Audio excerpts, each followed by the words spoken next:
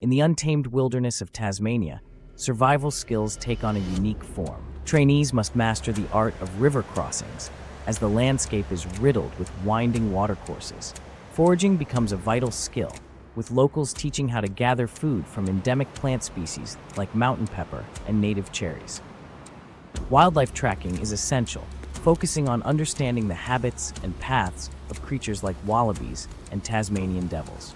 Finally, building a shelter using materials like eucalyptus bark protects against the island's unpredictable weather. This training provides critical insights on thriving amidst the remote and rugged beauty of Tasmania.